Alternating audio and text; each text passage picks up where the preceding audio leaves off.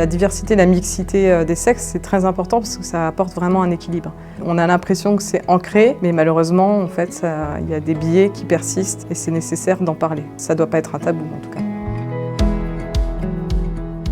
Le premier jour de mon arrivée, des salariés m'ont fait remarquer que j'étais la première directrice des ressources humaines pour cette marque, puisqu'il n'y a eu avant moi que des hommes. C'est aussi ça qui est intéressant dans l'égalité professionnelle, c'est aussi de donner un regard d'une vision féminine sur des métiers de l'industrie.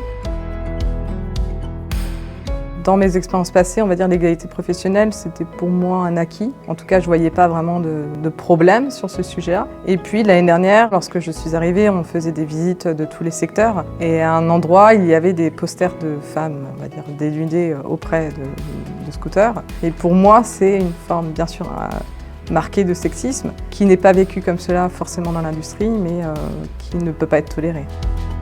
Je me suis vraiment rendu compte qu'il était quand même important de chercher à comprendre si vraiment il n'y avait pas de souci. On est parti sur un questionnaire qu'on a fait auprès des salariés pour avoir leur avis et puis vraiment savoir si c'était un sujet qu'il fallait travailler ou pas. Certains salariés vont exprimer des problèmes, en tout cas des expériences vécues, alors que d'autres vont dire qu'il n'y a pas de difficultés particulières. Une fois qu'on a eu les résultats du questionnaire, on a décidé des actions bien ciblées, à savoir donc par exemple parler, en parler. On a refait des communications auprès des salariés. Il y a aussi des étapes de formation manager qui sont importantes.